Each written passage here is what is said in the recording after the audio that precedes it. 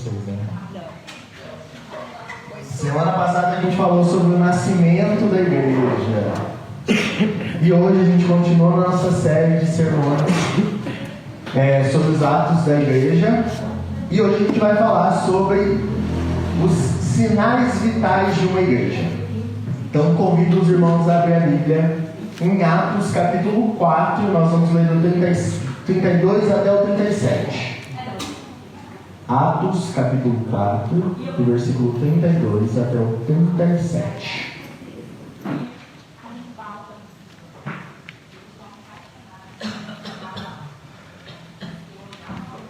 Amém? Todo mundo achou?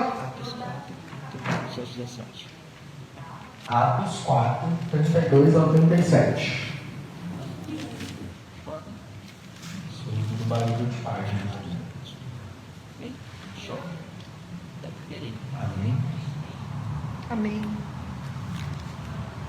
A palavra do Senhor diz assim: da multidão dos que creram era um o coração e a alma. Ninguém considerava exclusivamente sua nenhuma das coisas que possuía. Tudo, porém, lhes era comum. Com grande poder os apóstolos davam testemunho da ressurreição do Senhor Jesus, e em todos eles havia abundante graça. Pois nenhum necessitado havia entre eles, porquanto os que possuíam terras ou casas, vendendo-as, traziam os valores correspondentes e depositavam aos pés dos apóstolos. Então se distribuía a qualquer um à medida que alguém tinha necessidade. José, a quem os apóstolos deram o sobrenome de Barnabé, que quer dizer filho da exortação, levita, natural de Chipre, como tivesse um campo, vendendo, trouxe o preço e o depositou aos pés dos apóstolos. Então, como eu falei na semana passada, nós iniciamos a nossa série de mensagens sobre o livro de Atos, e nós vimos o início da igreja e principalmente o motivo dela existir. E hoje nós seguimos estudando o livro de Atos, e pelo texto ali que a gente leu, e eu já falei, né, o título da pregação no começo, né, os sinais vitais da igreja, e a gente vê ali um pouco do que é ser uma igreja. Alguns anos atrás, não lembro quantos agora, mas uns anos atrás, aí, uns 9 anos atrás, eu fiz um curso de primeiros socorros. E eu fiz um primeiros socorros no meio do mato, assim, na selva. E eu lembro que uma das coisas que você aprende no curso de primeiros socorros é quando você vê uma pessoa caída, você aprende a fazer os primeiros socorros, né? Ali o primeiro atendimento que a pessoa vai ter no momento ali. E uma das coisas que você aprende é a respiração boca a boca. E eu queria compartilhar uma história com vocês, que eu ouvi numa instrução.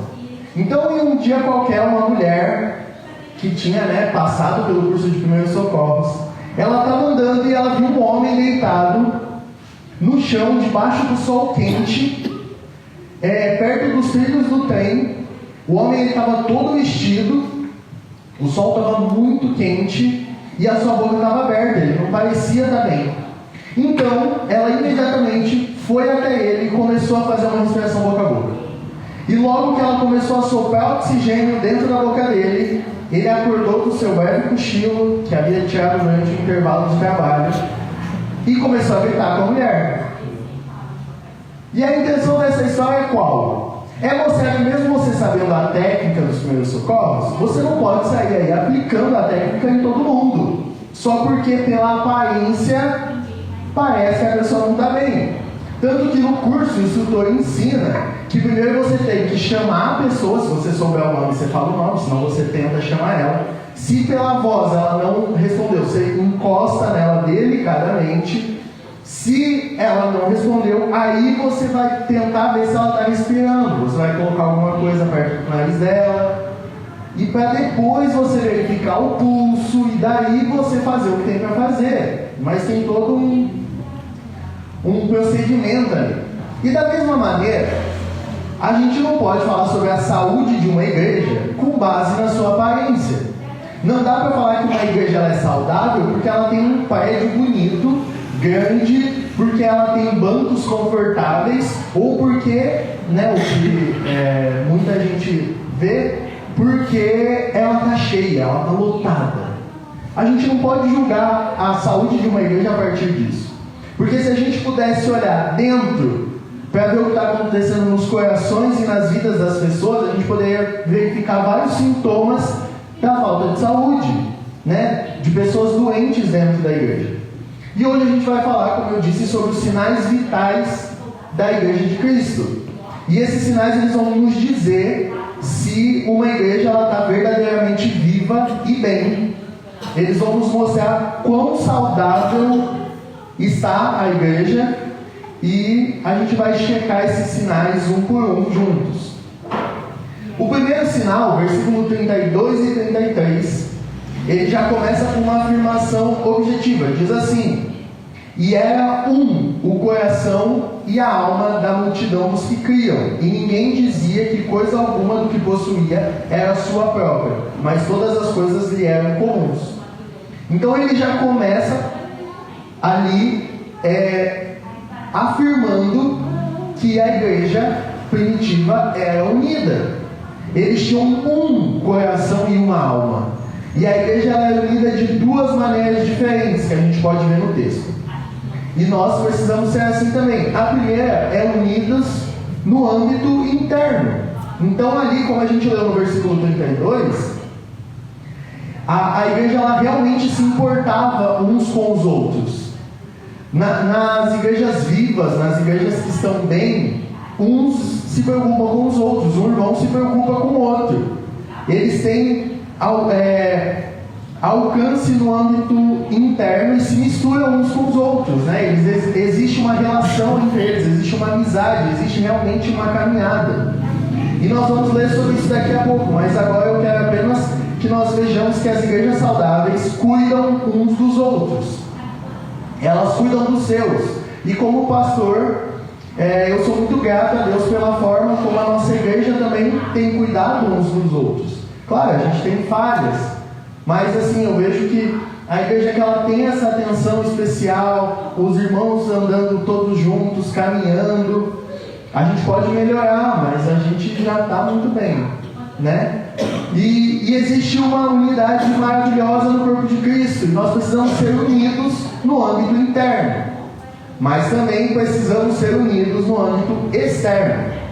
Versículo 33: os apóstolos davam com grande poder testemunho da ressurreição do Senhor Jesus. Em todos eles havia abundante graça.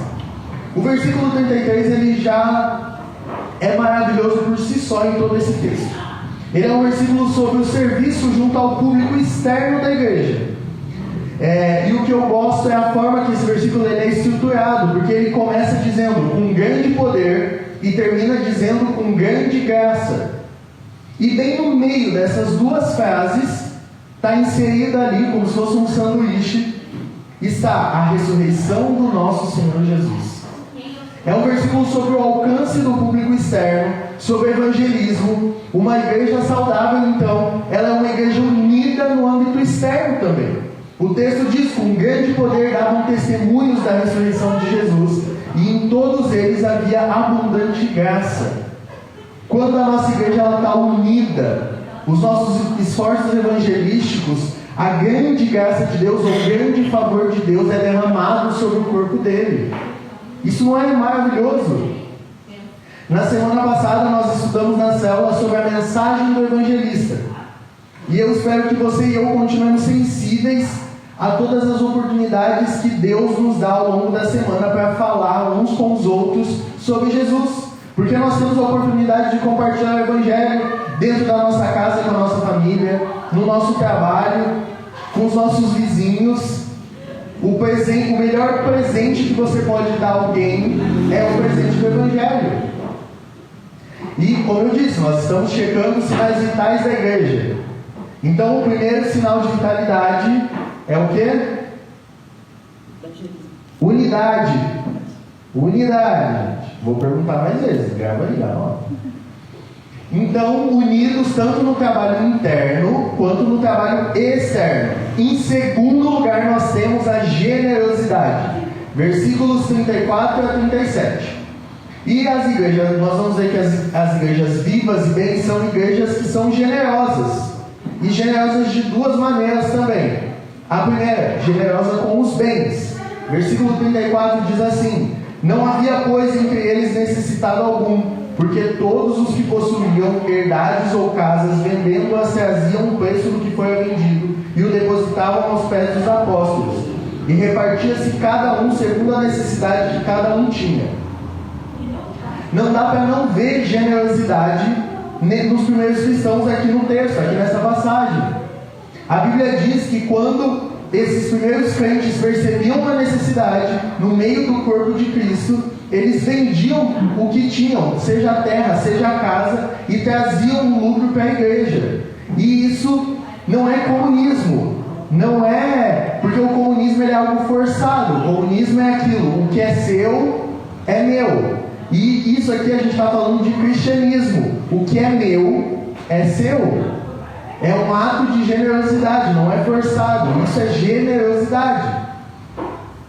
E mais uma vez, eu sou grato a Deus por pastorear uma igreja que é generosa. Aqui na igreja a gente tem o dízimo, a gente tem as ofertas. E o dízimo ele é só a gente devolvendo ali 10% de tudo que Deus tem nos dado, a nossa maneira de reconhecer que Deus ele tem sido generoso, ele tem nos dado ali muito, mas o que aconteceria se a gente decidisse parar de dizimar ou ofertar? Se a gente pensasse assim, não, outra pessoa vai dar, a igreja ia fechar, porque não ia ter dinheiro para pagar a energia, não ia ter dinheiro para pagar aluguel. E não só com isso, mas a igreja que ela tem se mostrado muito generosa nesse tempo. E o segundo ponto que nós temos que ser generosos é generosos com a nossa adoração. Então, versículo 36 e 37 diz assim: então José, eu vou ler na outra tradução aqui, que fica melhor, é o versículo 36. Então, José, a quem os discípulos deram o sobrenome de Barnabé, que quer dizer filho da exortação. Na outra tradução diz filho da consolação, levita natural de Chipre. Possuindo uma terra, vendeu-a e trouxe o preço e o depositou aos pés dos apóstolos. A Bíblia nos apresenta aqui então um homem chamado Barnabé. E a Bíblia diz que o seu nome era José, mas os apóstolos deram um outro nome para ele: Barnabé. Porque eles... Por que vocês acham que ele recebeu o nome de Barnabé? Alguém quer tentar aí? Porque significava que ele era uma pessoa que se dava para os irmãos. Isso aí, porque combinava com ele. Os discípulos olharam e falaram assim: olha, você não tem cara de José não, você tem cara de Barnabé. Porque a Bíblia diz que Barnabé significa filho da consolação. Então eis aqui um homem que na igreja todos reconheciam que ele era um consolador, como um homem generoso na sua adoração. Ele sempre edificando com suas palavras as outras pessoas, nunca depreciando ninguém. Foi Barnabé mais tarde que traria o apóstolo Paulo aos crentes e lhes diria: esse aqui é um homem bom, vamos cuidar dele, não precisa ter medo, e vamos receber ele como um de nós. Também é Barnabé que mais tarde leva João Marcos consigo numa viagem missionária, quando Paulo deixa ele para trás. Mas repara agora, a igreja viu algo nesse homem, viu algo em Barnabé, que eles realmente gostavam. Eles viram um homem que era generoso. Eles viram que sempre falava as palavras que proviam harmonia, amor, encorajamento e consolação, sempre vendo o melhor em tudo e todos. Então os apóstolos disseram: vamos dar outro nome a José, vamos lhe dar um novo nome, vamos chamá-lo do que ele é, Barnabé, aquele que encoraja. E qual é o nome que as pessoas têm dado a você? Você pode falar: bom, ninguém aqui na igreja me colocou nenhum apelido. Mas você tem certeza disso? Tem certeza? Mas às vezes tem, né? Às vezes as pessoas te conhecem. Você tem certeza então que se você perguntasse aí, se as pessoas falassem como você é conhecido, você ia gostar disso? Barnabé chegava no ambiente e ficava eletrizado. Barnabé deixava o ambiente e as pessoas diziam: nossa, esse cara ele é encorajador. Eu realmente adoro Barnabé. Ele podia ficar mais um pouco. O que as pessoas dizem quando você chega no lugar? E o que elas dizem quando você vai embora? Será que elas dizem: graças a Deus saiu, misericórdia, não aguentava mais aquela pessoa aqui do meu lado? O que será que elas dizem? E daí você pode estar pensando mais uma vez: não, ninguém colocou apelido em mim, não. Eu realmente espero que não. Mas às vezes acontece, né?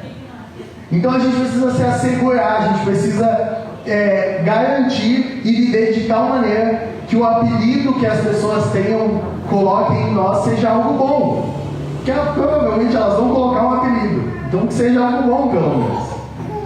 As igrejas que estão acesas para o Senhor são igrejas cheias de pessoas como Barnabé, pessoas que são generosas, falando palavras de edificação, incentivando um ao outro, não depreciando o outro.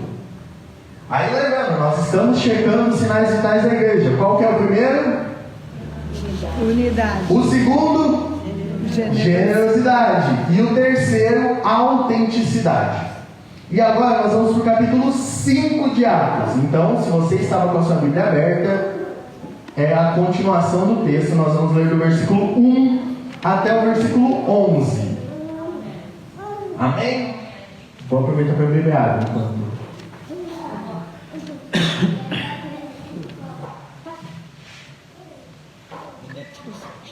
Atos 5, do 1 ao 11, amém? Amém. Diz assim: entretanto, certo homem chamado Ananias, com sua mulher Safira, vendeu uma propriedade, mas em acordo com a sua mulher reteve parte do preço, e levando o restante depositou aos pés dos apóstolos. Então disse Pedro: Ananias, por que encheu Satanás teu coração para que mentisses ao Espírito Santo, reservando parte do valor do campo? Conservando porventura não seria teu, e vendido não estaria em teu poder? Como, pois, assentaste no coração este desígnio? Não mentiste aos homens, mas para Deus. Ouvindo essas palavras, Ananias caiu e expirou, sobrevindo grande temor a todos os ouvintes. Levantando-se os moços, cobriram-lhe o corpo e levando-o sepultaram. Quase 3 horas depois entrou a mulher de Ananias, sem saber do que ocorria. Então Pedro, dirigindo-se a ela, perguntou-lhe: dize-me, vendestes, portanto, aquela terra? Ela respondeu: sim, portanto, um valor. Tornou-lhe Pedro: por que entrastes em acordo para tentar o Espírito do Senhor? Eis aí à porta os pés dos que sepultaram teu marido, e eles também te levarão. No mesmo instante caiu ela aos pés de Pedro e expirou. Entrando os moços, acharam-na morta e levando-a, sepultaram-na junto com o marido. E sobreveio grande temor a toda a igreja e a todos quantos ouviram a notícia desses acontecimentos. Forte, né? No capítulo 5, então, nós vemos ali, a gente acabou de ler sobre Barnabé, que era um homem generoso, tanto com seus bens quanto com a sua vida, né? Com as suas palavras. E a Bíblia fala ali, a gente leu antes, que Barnabé ele vendeu as suas terras e trouxe o valor para a igreja. E a sua ação foi constatada como ele foi bem visto ali na igreja. Então Ananias ali que a gente leu, ele olha essa situação e fala: olha, é isso aí que eu tenho que fazer. Não havia nada de errado com Ananias e Safira manterem uma parte do valor da venda da terra. O que foi errado ali foi eles agirem como se o dinheiro...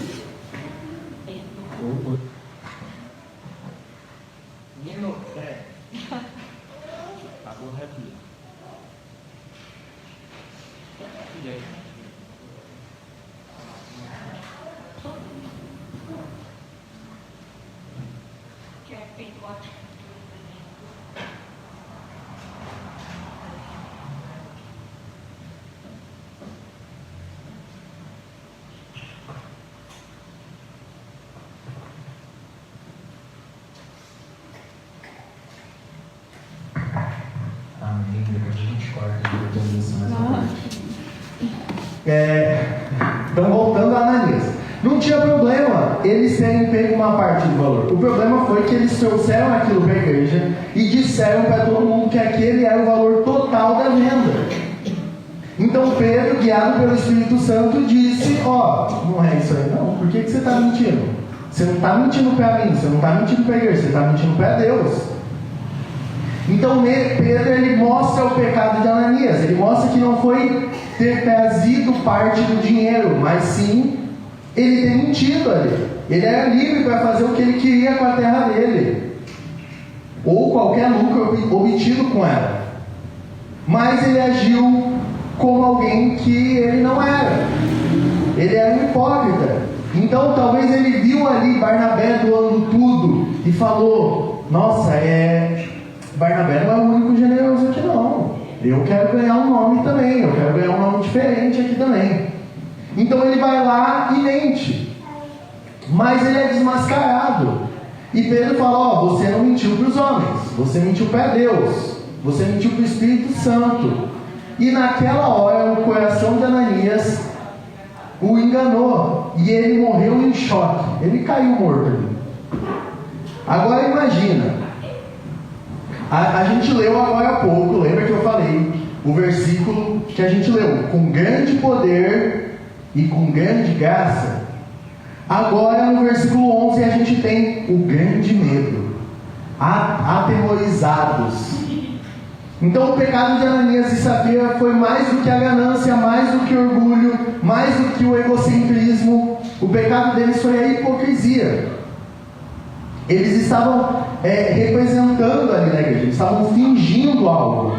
Eles se mostravam para as pessoas como alguém que eles não eram de verdade. E Pedro diz que quando nós nos apresentamos como alguém que não somos, nós estamos mentindo pelo Espírito Santo. Nós estamos mentindo para Deus. Graças a Deus ninguém aqui é hipócrita, né?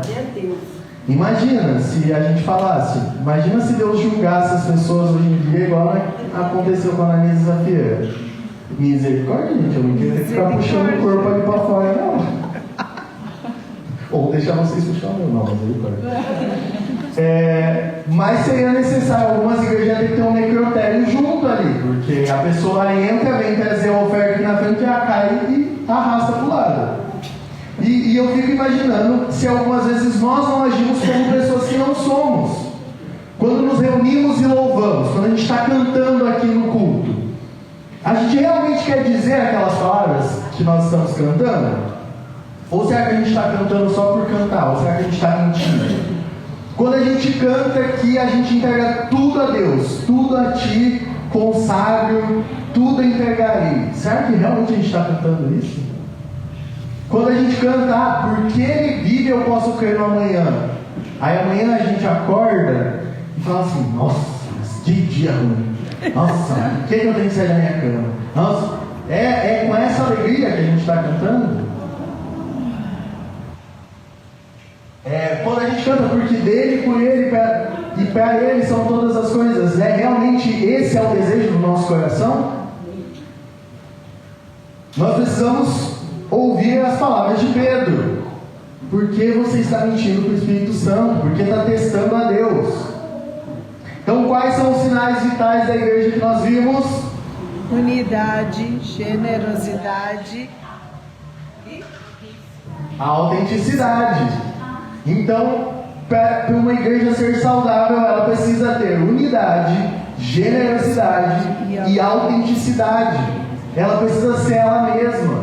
E se alguém precisa mudar quem é, busca Deus, porque Ele está ali para fazer essa transformação.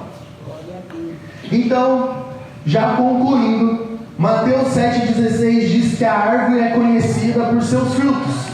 E quando nós aplicamos esse texto no contexto da igreja, a gente pode cair no engano de achar que os frutos são, como eu falei no começo, um templo grande, com equipamentos de som e iluminação caros, com um banco confortável, ou o maior engano de todos, uma igreja cheia, lotada. Mas como nós vimos no texto, Os frutos são a unidade, generosidade e autenticidade, e acima de tudo a presença de Deus. Na primeira reunião que eu tive aqui com vocês, como pastor, eu disse, que o meu objetivo e o meu sonho para essa igreja não é uma igreja cheia, não é uma igreja lotada, mas uma família que esteja unida e que seja guiada pelo Espírito Santo, pelo Espírito de Deus. Pessoas que realmente busquem a Deus de todo o coração e que entendam que o nosso maior objetivo da vida é conhecer a Deus e fazê-lo conhecido. Então que nós como igreja possamos buscar ser uma igreja que tem vitalidade, uma igreja que tem saúde, uma igreja unida, uma igreja que é generosa nos bens e nas palavras, uma igreja que busca unidade interna, mas também busca fazer o nome de Jesus ser conhecido, uma igreja autêntica, uma igreja que não fica tentando seguir as ondas do que está acontecendo, tentar seguir as igrejas do momento, tentar seguir o evangelho do momento, não, mas que nós possamos ser uma igreja autêntica, do jeito que Deus nos levantou para ser. Amém. Que nós possamos buscar juntos isso. Amém? Amém. Quero convidar vocês a colocar em pé para nós orarmos.